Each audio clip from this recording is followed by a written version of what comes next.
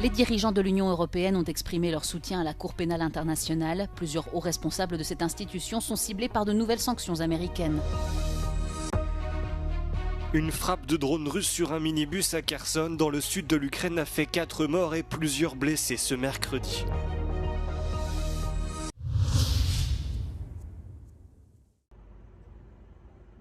Les dirigeants de l'Union européenne ont exprimé leur soutien à la Cour pénale internationale après que les États-Unis ont annoncé de nouvelles sanctions contre de hauts responsables enquêtant sur les actions d'Israël dans la bande de Gaza.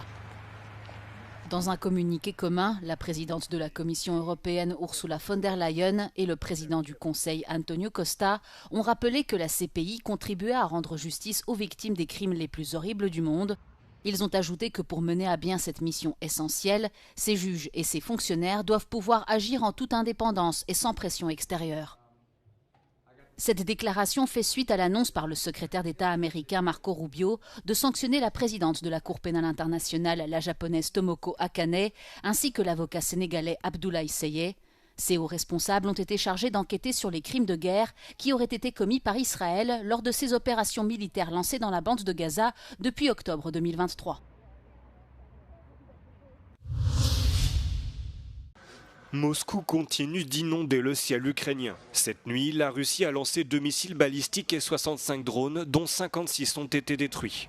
Ce mercredi, 4 personnes sont mortes et plusieurs autres ont été blessées à Kherson dans une nouvelle attaque ayant ciblé un minibus.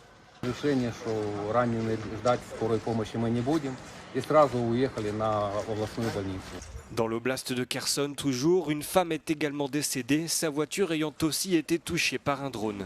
Sur X, le président Volodymyr Zelensky a dénoncé cette attaque, la qualifiant de safari russe cruel contre la population ukrainienne. La veille, 2 personnes sont mortes et 10 autres blessées sous les frappes russes à Zaporijia, ont rapporté ce mercredi les autorités. Le gouverneur de Donetsk a lui précisé qu'une personne était morte et 4 autres blessés. À 35 ans, Mikhailo Fedorov est un homme politique très populaire en Ukraine. Ministre de la Défense pendant à peine 6 mois, il a été démis de ses fonctions en juillet dernier sur décision de Volodymyr Zelensky. Un limogeage qui a suscité la colère de la population qui, depuis, manifeste régulièrement pour réclamer son retour.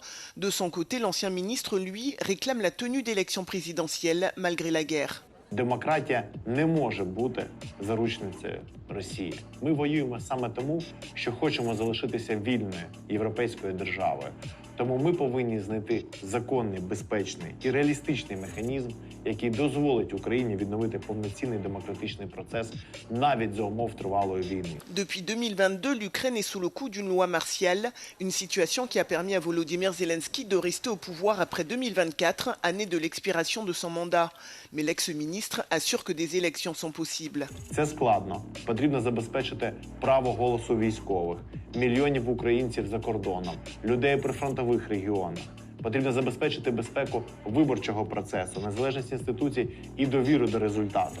Але складність не означає неможливість. Бо демократія – це не розкіш мирного часу. Демократія – це частина того, за що ми сьогодні воюємо. Dans cette vidéo publiée mardi sur YouTube, il ne prononce pas le nom du président ukrainien, mais il dénonce le système politique du pays et surtout la corruption et les lourdeurs bureaucratiques.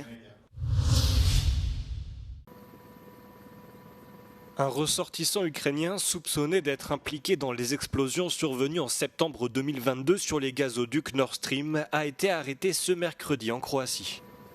L'homme sera désormais présenté à un juge d'instruction de la Cour fédérale de la justice allemande après son extradition. Le parquet a précisé qu'il s'agit du même homme arrêté en Pologne l'an dernier, mais qui avait été remis en liberté après le refus d'un tribunal polonais de l'extrader. Les procureurs allemands ont indiqué que le suspect est un plongeur sous-marin expérimenté qui appartenait à un groupe d'individus ayant posé des explosifs sur ses infrastructures. Ces gazoducs acheminaient alors du gaz naturel russe vers l'Allemagne sous la mer Baltique. Ces explosions avaient accentué les tensions liées à la guerre en Ukraine, alors que l'Europe cherchait à mettre fin à sa dépendance aux énergies fossiles russes. Selon les procureurs, l'objectif était d'empêcher Moscou de tirer des revenus de ses exportations énergétiques. La Russie avait alors accusé les États-Unis d'être à l'origine de ce sabotage, ce que Washington avait toujours démenti.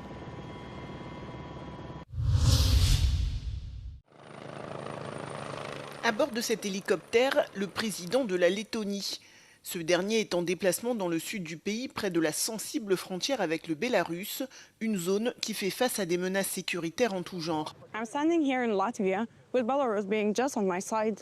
The fence behind me was built 2 years ago to cope with irregular migration. Le Bélarus est accusé d'alimenter une crise migratoire vers l'UE via cette frontière.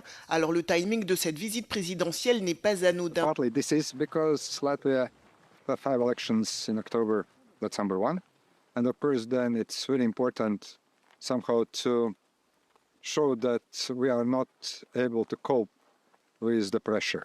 La frontière qui sépare les deux pays fait 173 km. Tout le long, la Lettonie a fait construire une clôture achevée cette année. Le pays compte aussi renforcer sa sécurité avec la mise en place de systèmes de surveillance, de caméras et de drones. Le but est de repérer et intercepter les personnes entrées illégalement sur son territoire.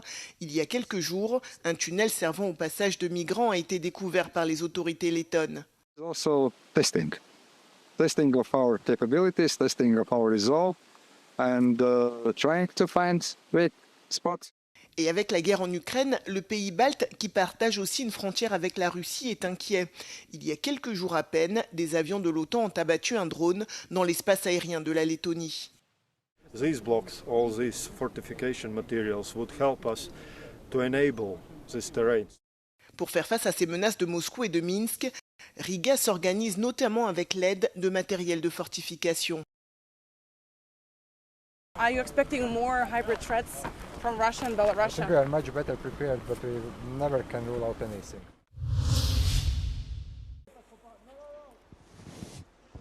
En Belgique, le feu qui frappe les Fagnes depuis vendredi a été encerclé dans la nuit de mardi à mercredi, stoppant ainsi toute propagation vers l'Allemagne, ont annoncé les autorités de la région de Namur. S'il s'agit d'une bonne nouvelle, la situation reste difficile et nécessite la poursuite des opérations car le feu demeure actif dans le secteur. Les pompiers espèrent néanmoins le maîtriser prochainement avec un soutien aérien. Deux qui sont là, on a prolongé de 60 mètres. Quand on arrive ici sous cette pluie, de se dire qu'il y a un incendie qui est en cours, mais c'est vrai que c'est pas parce qu'on ne voit plus de flammes qu'il n'y a pas de feu. Le feu il est là, il est dans le sol. Et la pluie est laide évidemment, c'est sûr. Et aujourd'hui elle tombe en abondance, c'est très bien, mais il en faudra sans doute des centaines de litres pour éteindre le feu. Parce qu'à peu près partout où on voit des petites flammes, des petites fumées, pardon, il y a un feu sous le sol. Donc voilà, on va avoir inondé ça pendant longtemps. L'incendie, qui a détruit une vaste étendue de tourbières marécageuses et de pins, s'est propagé ce week-end sur environ 3000 hectares. Cette zone, difficile d'accès, restait une source d'inquiétude tant pour les autorités que pour certains habitants, déjà soumis à des ordres d'évacuation.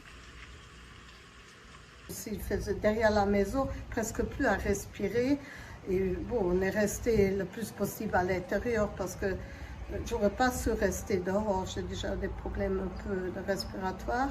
Et puis après, à 16h, vers là, 16-17h, on nous a fait fermer le café, évacuer.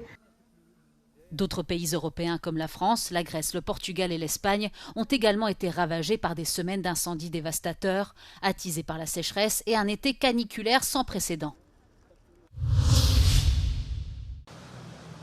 Les températures de surface des mers européennes augmentent sous l'effet du changement climatique. Selon une nouvelle étude, la Méditerranée s'est réchauffée de 2 degrés cet été, tandis que les eaux des mers d'Europe occidentale ont gagné jusqu'à 1,4 degré. L'étude menée par le groupe World Weather Attribution montre que certaines de ces zones se réchauffent plus rapidement que la moyenne mondiale. Et selon les chercheurs, ces changements de température ont de graves répercussions sur nos écosystèmes. Marine life is moving from warmer waters up into the Mediterranean, and then from warmer, more southerly waters, such as down near Spain, is now pushing more north towards Ireland, and then the fish, say around Ireland, are being pushed even further north again towards the North Sea. So this is concerning on a number of levels, not just for marine life, but also for its impacts on human communities. Les effets peuvent aussi se faire sentir sur les terres. Des températures de surface de la mer plus élevées augmentent l'humidité dans les zones côtières et accroissent les risques de chaleur extrême, indique également le groupe, qui attribue ce phénomène à la consommation continue de combustibles fossiles.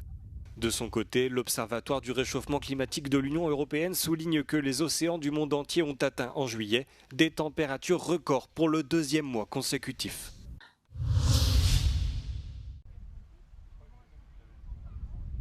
À Chambord, le spectacle est inhabituel cette année. Autour du château, les jardins autrefois verdoyants ont pris des allures de paysages brûlés. La sécheresse et les vagues de chaleur successives ont épuisé les sols et mis la végétation à rude épreuve. Ici, les jardiniers constatent les effets de cette année hors norme. Même les arbres, pourtant capables de résister à des conditions difficiles, commencent à montrer des signes de souffrance. Au début, on ne le voyait pas trop sur les arbres. C'était vraiment la petite végétation avec les faibles enracinements. Et là, on voit que cette vague de chaleur, maintenant, elle commence à impacter le système racinaire des arbres. Et je pense qu'on va avoir des dégâts, mais ça va être décalé dans le temps en fait. Les arbres, il y en a qui vont mettre 2-3 ans peut-être à dépérir, mais l'impact cette année de la canicule est très très fort. Pour lui, aucun doute, il va falloir repenser complètement l'élaboration des jardins et le choix des arbres et des plantes dans les années qui viennent. On ne peut pas penser les jardins avec le volume d'eau qu'on pouvait se permettre d'utiliser avant. Je pense que là, on voit bien que la ressource en eau, elle est compliquée. Je pense que les nouveaux jardins, il faut essayer de les penser avec le plus petit volume d'eau possible, voire pas du tout. Moins d'eau, des végétaux mieux adaptés à la sécheresse et des arbres plus résistants. Les jardins de demain devront s'adapter. À Chambord, où la nature est façonnée par l'homme depuis des siècles, c'est désormais le climat qui impose une nouvelle page de leur histoire.